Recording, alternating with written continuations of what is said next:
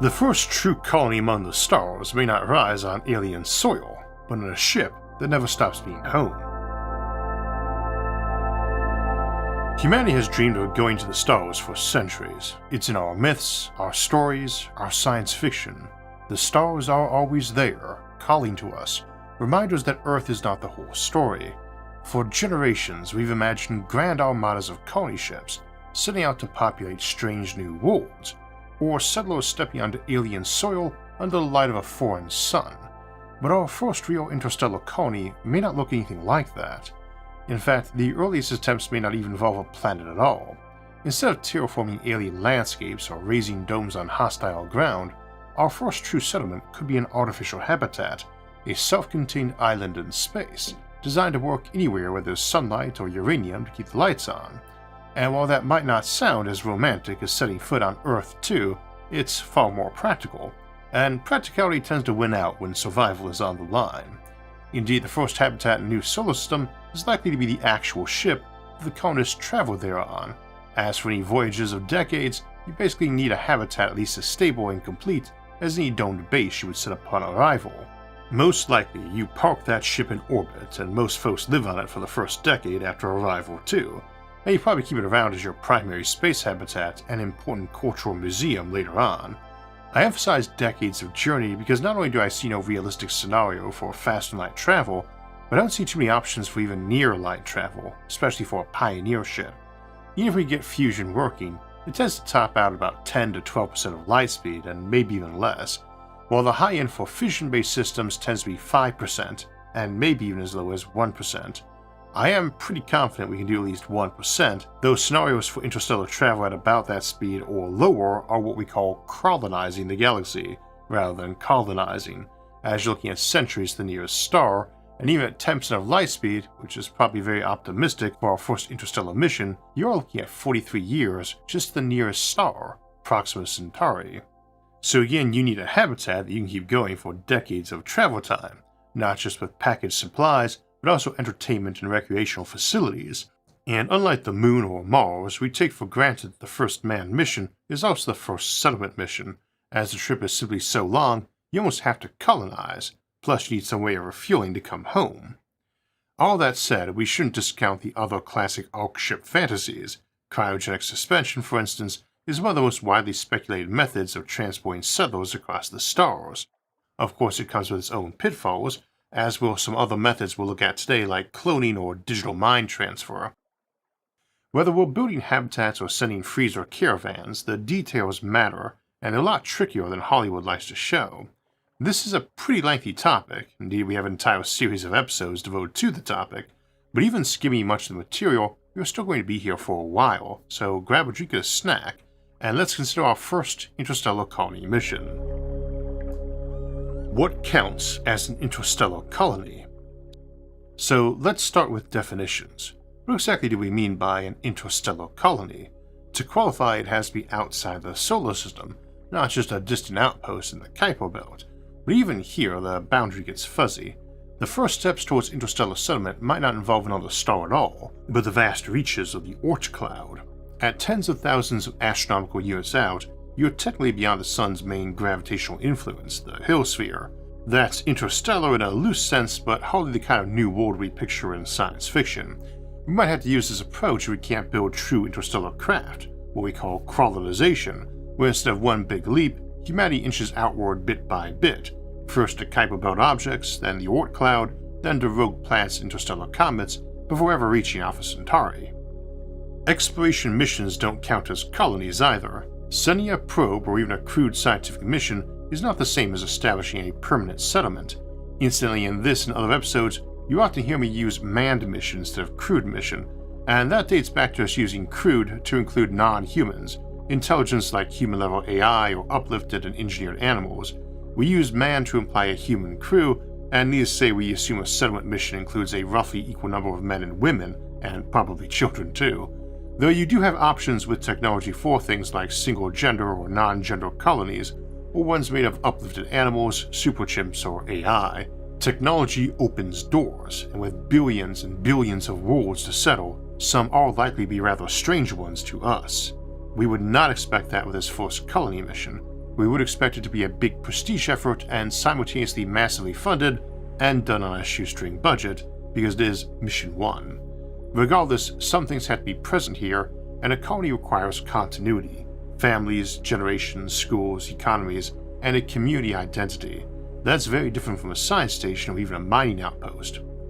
By that standard, our first colony might look less like the Mayflower landing at Plymouth Rock and more like a Stanford Taurus spinning in the dark, and we often use big old neocylinders as our preferred generation ship. Since this is Mission 1, we'll be assuming the smaller Stanford Taurus.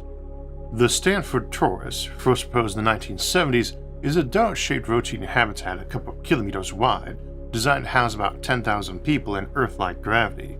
For our baseline interstellar case, let's say one of these gets built and outfitted for a centuries-long journey. By itself, such a Taurus might mass around 10 million tons, and you add in non-rotating modules, propulsion, shielding, storage, and structural reinforcement, you're probably looking at 20 million tons total. That's doubtless not the smallest plausible figure for a self-sustained colony ship that isn't just a glorified lifeboat, but is what we're going to use today. And note that that figure does not include fuel, neither for the ship to accelerate and decelerate with, nor to keep the lights on, which surprisingly is a lot lower as an energy need. Now, how do you keep that running? It is a lot of power. A colony of 10,000 needs electricity for air, water, agriculture, and recycling. On Earth, today, in developed nations, a single person's energy footprint is about 10 kilowatts. We might do less, but we also need to create light for growing food. Call it 100 kilowatts per person to be generous, or 1,000 megawatts total. That is on par with a large modern terrestrial power plant. Here's the kicker. Fission fuel makes that requirement surprisingly small. A kilogram of uranium or thorium yields roughly 80 trillion joules. A 1,000 megawatt system goes through about 10 to 30 tons of uranium a year, depending on method. So for 100 years of continuous operation, you would only need about 2 to 3,000 tons of uranium. In a ship weighing 20 million tons, that's considerably less than 1%. Plutonium and thorium are in the same ballpark. In other words, the energy to keep people alive is trivial compared to the challenge of actually moving the ship. For the same reason, a space habitat poured out to sit in some 10-mile wide frozen mud ball in deep space might be able to operate for millennia on a single shipment of uranium from home, assuming they can't get it locally. So stringing dozens of them along in a line between two star systems is fairly plausible as a colony path too, but you still need to get them there and slow them down, and you might do that slower than to a neighboring star, but not by much, and either way, that's where propulsion comes in, because a 20 million ton vessel at even a few percent of light speed requires an energy budget equal to Earth's entire annual civilization. That's the scale of the task. Transport and survival options. How do you move something that big? Or do you move something smaller? A frozen Ark instead? This is where options diverge. We do have entire episodes and even a multi-hour compendium deep diving the various options from those we already have to those that are probably impossible, but they'll require huge amounts of energy and time. The classic science fiction solution is cryogenic suspension. Put the settlers on ice, minimize their life support requirements, and wait them upon arrival. In principle, this allows you to carry many more colonists per ton of ship. Instead of a Stanford Taurus holding 10,000 people awake, you might have a cryogenic Ark the same mass, carrying 10 million frozen passengers. That's 3 orders of magnitude more efficient, if we can ever make human cryogenics work reliably. Otherwise, you're just hauling a very expensive corpuscle. And even if defreezing works, there's the eternal risk of human error. We thawed everyone out except Dad. The downside of cryogenic Arks is they aren't living colonies during the journey. They are vaults. The ship itself is just a freezer chest, not a community. That means the real work of civilization building doesn't begin until they arrive, and if they can't build fast enough on the other end, they may not survive. The alternative is to treat the ship itself as the colony, though it's not one or the other. You can have some crew awake and the passengers mostly frozen. A Stanford Taurus habitat, or something larger like an O'Neill cylinder, is already a living city by the time it launches. The ship doesn't just carry people, it is their home, with generations born, raised, and buried on the way. But that has drawbacks too. Long journeys mean centuries of isolation, and the possibility the settlers who arrive may be very different from the ones who left, but it does ensure continuity. So what drives could plausibly push such a behemoth? The most famous options are Project Orion and the lesser-known Medusa drive. Orion uses nuclear force propulsion, basically riding a pusher plate pushed by a series of nuclear explosions. Medusa instead unfurls a giant sail kilometers wide in front of the ship and detonates nuclear devices behind it, letting the blast push against the sail and drag the ship behind. I tend to favor Medusa, but both methods could, in principle, accelerate multi-million-ton ships to 3 to 10% of light speed. That makes the trip to Proxima Centauri a matter of decades to a century, which is at least within the range of real planning. Fusion drives, if we ever master them, could offer higher efficiency and less logistical complexity than hauling a warehouse of nuclear bombs, but the technology is still speculative. Laser-pushed sails, like in Project Starshot, offer another angle. Small probes accelerated to a fraction of light speed by a massive laser array. Scale that up, and you might even push larger vessels. The problem is accuracy. Keeping a beam trained on a moving target light years away is no small feat. We will touch more on all of these today, and again, we also have entire episodes deep diving them individually. Relay infrastructure could help. Imagine colonies in the Oort Cloud or Kuiper Belt doubling supply depots and beam relays, extending the reach of each push. That's why the first interstellar colony might not really be one leap, but a chain of settlements stretching outward, each supporting the next. These are also nice because they allow follow-up missions more easily and return voyages for those settlers or their kids who want to come back, having decided that being a settler does not appeal anymore. Note I said "or" there. It is common to assume colonies are made up only of the children of folks who left if you didn't use sleeper ships, but I tend to assume extended lifespans are the norm in the future, and somebody might spend a century on a ship, awake, then another building a colony, then decide they want to go home, to Earth. Their great-grandkid, who obviously didn't volunteer for the mission, might want to go with them, and our goal from the outset for a colony, especially early ones that are probably not founded by separatist or isolationist groups, is to establish regular back-and-forth traffic soon after the colony gets itself going. This can bring in more settlers and raise their numbers. Then there's the question of initial numbers. How many people do you need to make a viable colony? Genetic bottlenecks suggest you need thousands at minimum, but clever alternatives exist. Frozen embryos, cloning, or even AI caretakers to raise the first generation from stored genetic material. Genetic bottlenecking is also very slow. Even for just a few thousand people, you got a few thousand years before you'd have any issues, and that's disregarding frozen embryos or sperm, that we can actually print DNA from digital templates even today, and your colony probably has very talented geneticists on it, given the nature of the mission.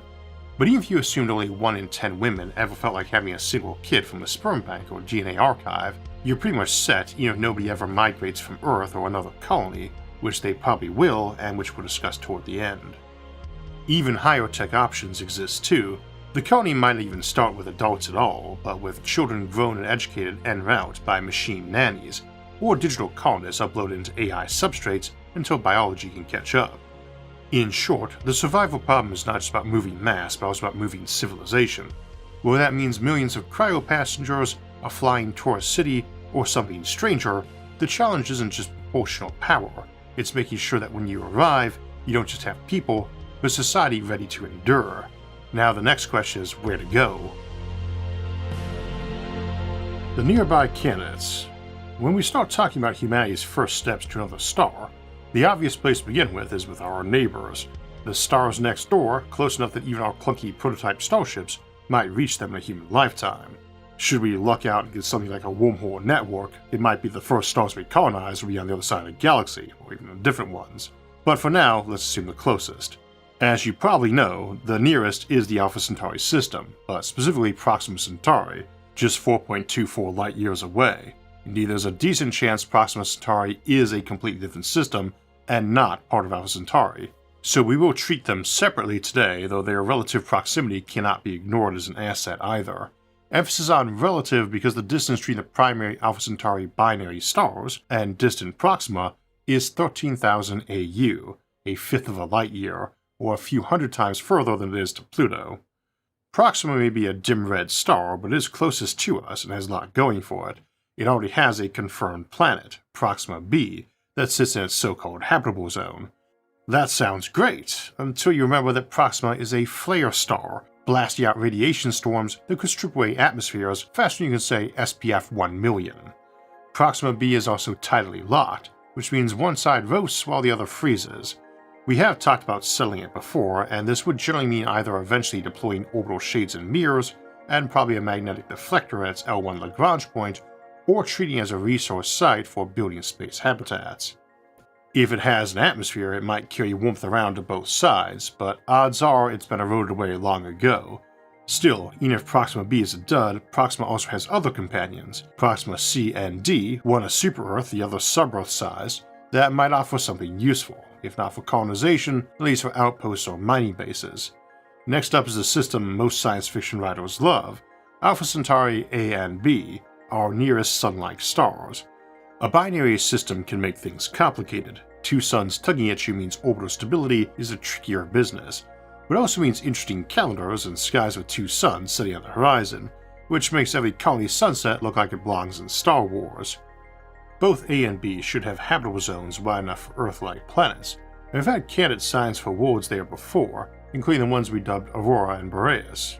They have not been confirmed, but the system is such a tempting target that even the hint of a habitable world would keep it high on our list. This is a good reminder that long before any colony ship sets out for a star, we'll want much more powerful space telescopes in orbit here at home, and ideally at least a few flyby probes dispatched ahead to scout the system. Roughly speaking, a flyby probe can travel about twice as fast as one designed to break on arrival, since it only has to spend fuel speeding up, not slowing down.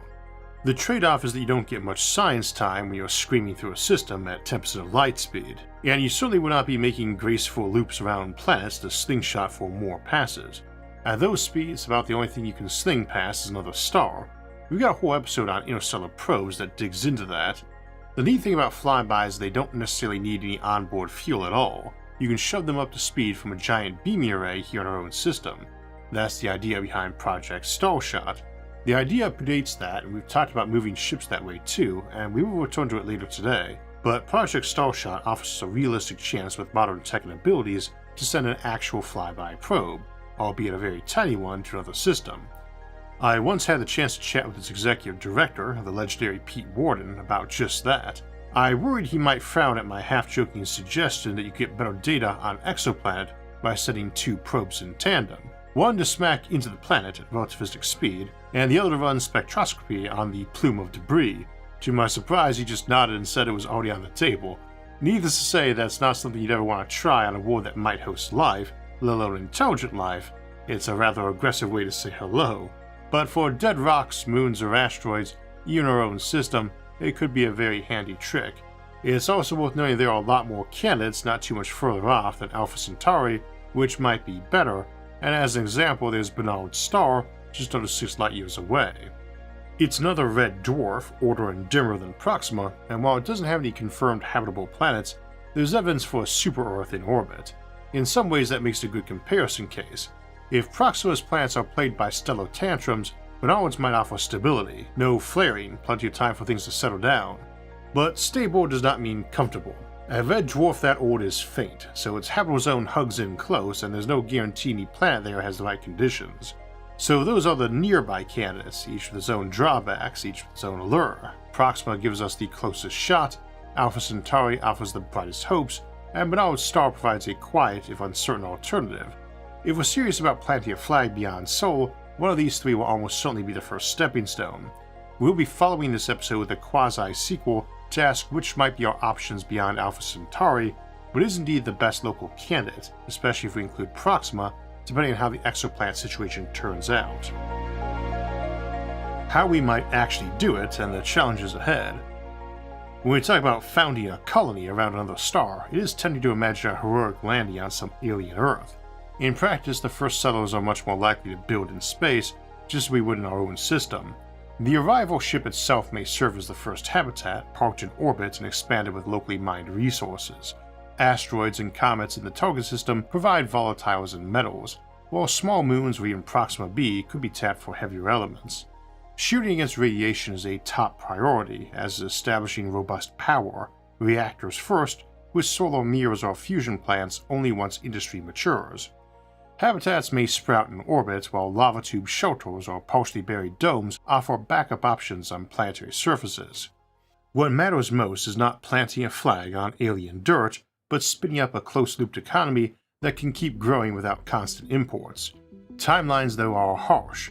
Even at the optimistic end, 0.1c, the trip to Proxima takes more than 40 years, and at more realistic early speeds of 0.03c, you're looking at a century in transit. That means the ship itself must function as a true city for decades, not just a transport vehicle, and when they arrive, the colonists face their second marathon, decades of bootstrap industry before the settlement is genuinely secure. The political and financial hurdles are just as daunting. Building a starship that won't pay off for generations is not a natural fit for quarterly earnings or election cycles.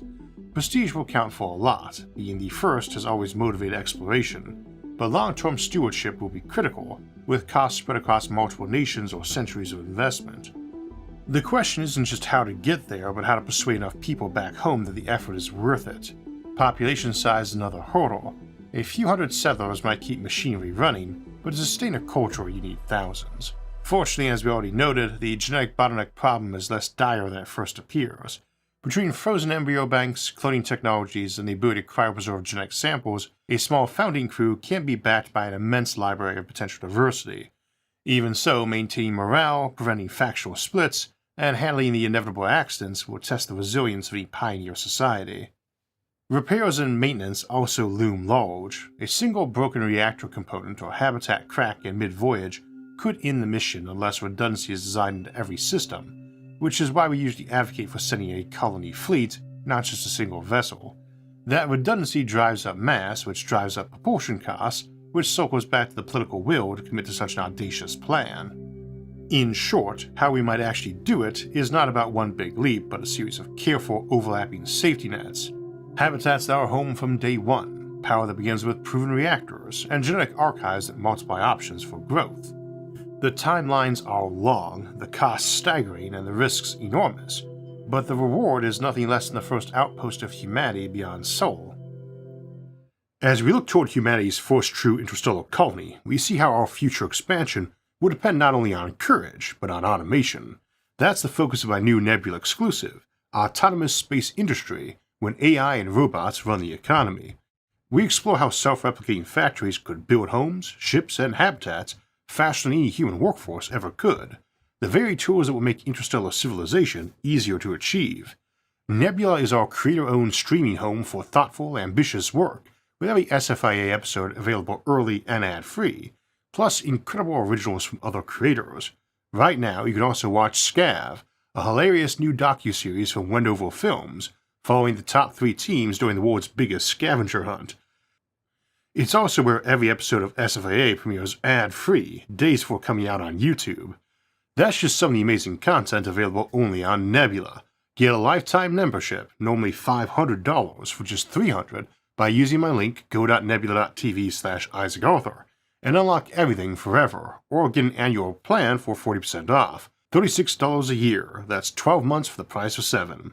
Scan the QR code or click the link below to start watching exclusive content like Autonomous Space Industry and Scav.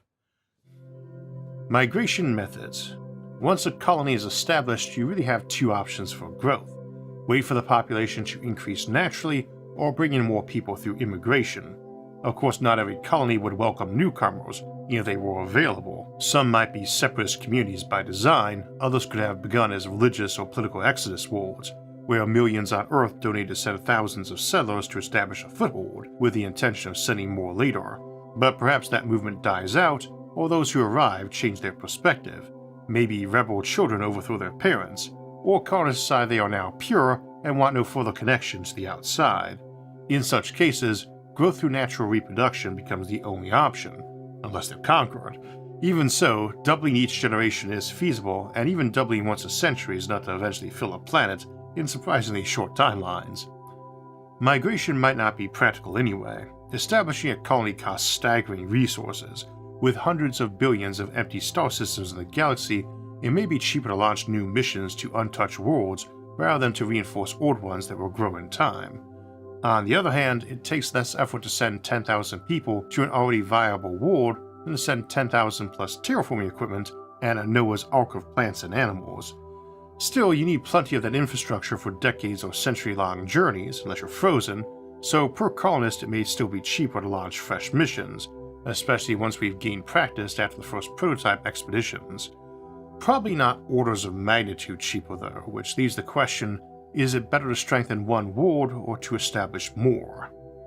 There are ways to make migration less costly, and some are drawn from science fiction with real-world potential and surprising pros and cons, like cryogenic arcs. Sleeper ships and cryogenic arcs. We do have an entire episode on sleeper ships, so we will keep this short, though that episode probably deserves an update of its own. People in hibernation do not need many resources to keep them alive, and if they're frozen solid it takes even less, since it doesn't require much energy to keep something cold on the long dark cruise between the stars. Let's say our first interstellar settlement mission used a minimalist habitat ship, a Stanford Taurus scale vessel as we considered earlier, massing around 10 million tons. That might support 10,000 people and a modest ecosystem for transplant, plus a stockpile of frozen embryos for larger organisms and equipment to gestate them.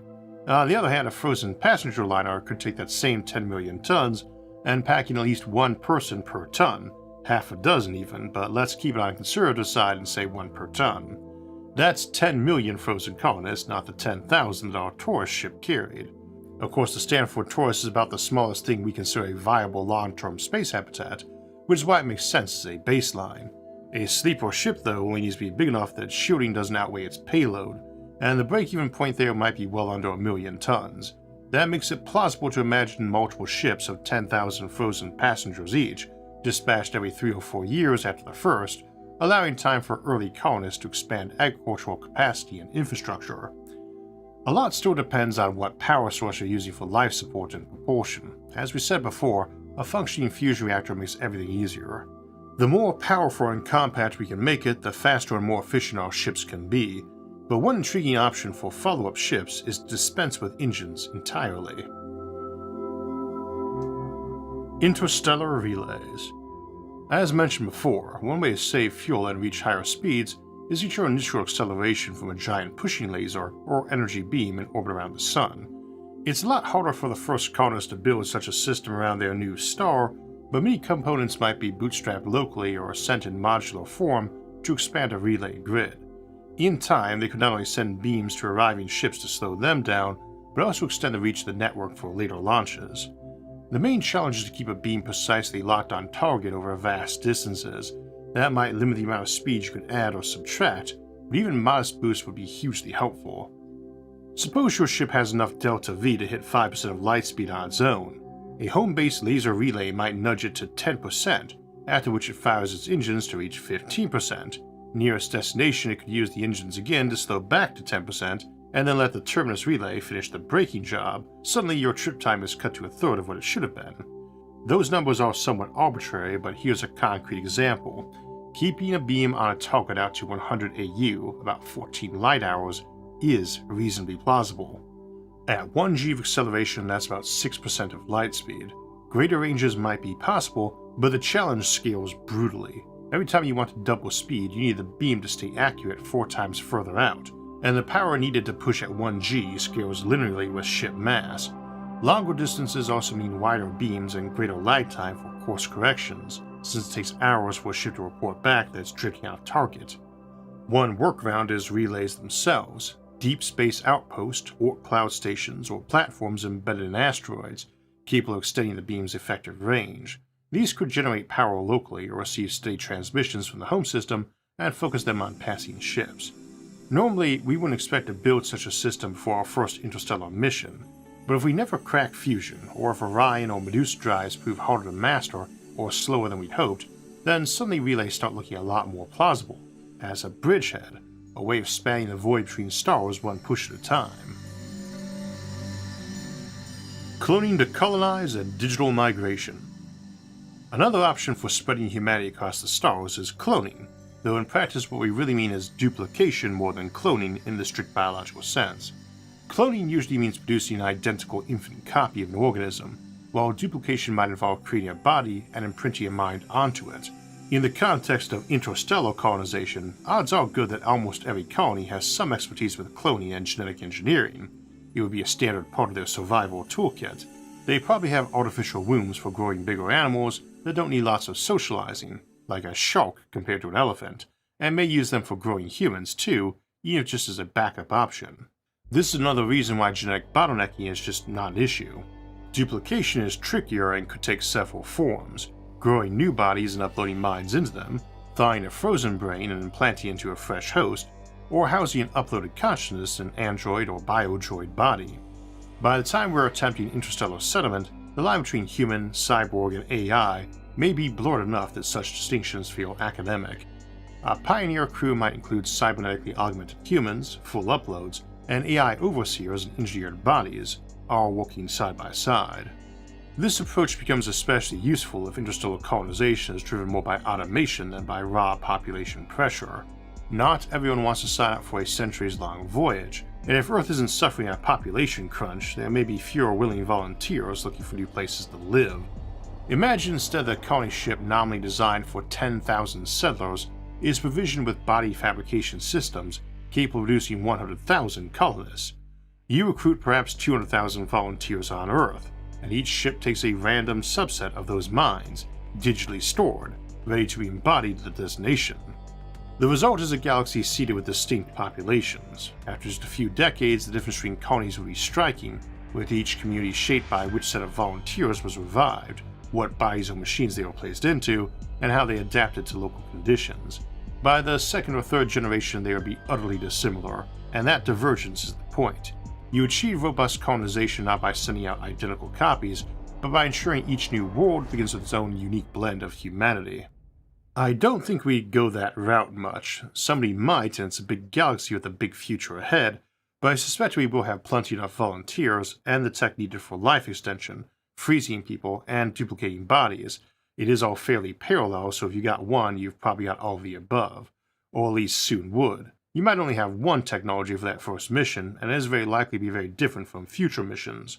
You probably noted we spent most of our time talking about the trip or places in between, not settling that first planet, and we do have episodes that focus on landfall and early settlement too, but rather it's the idea that the first interstellar colony, wherever it is bound, becomes that colony from the moment people board it, and is one for a century or more thereafter, even if it's at its destination, is still parked nearby acting as the primary settlement. As we often note, you generally will settle space first in a star system too. You get all your space infrastructure running, probably to build more rotating habitats, even before you set up those domed colonies sci-fi loves so much, and your colonists will have spent a long time in those rotating habitats and may be more comfortable in them than under open skies or domes. Whatever powered it to get there and survive that long is quite capable of being refueled too, I'd imagine. So this is your real first interstellar colony. The planet and star it settles around is almost incidental. So if humanity's leap to the stars doesn't begin with boots on alien dirt, that's fine, because the point is not planting flags, it's planting roots. A torus or cylinder that sails for decades can park in a new system and keep right on living, mining local ice and rock, throwing up mirrors for power, and spinning industry into a closed loop. Cryovaults, embryo banks, cloning and upload means genetics and population are not showstoppers. Relay networks and stepwise colonization turn a single grand gamble into mini manageable pushes. From Proxima to Alpha Centauri and onto the quiet emperors of Bernard's star, the map fills in not with lone outposts but with threads of habitats linking suns into a tapestry. We won't find a ready-made Eden waiting for us, we'll bring one. And once we've learned to carry our homes between the stars, the question won't be if we settle the galaxy, but how soon we run out of names for all of our new neighborhoods.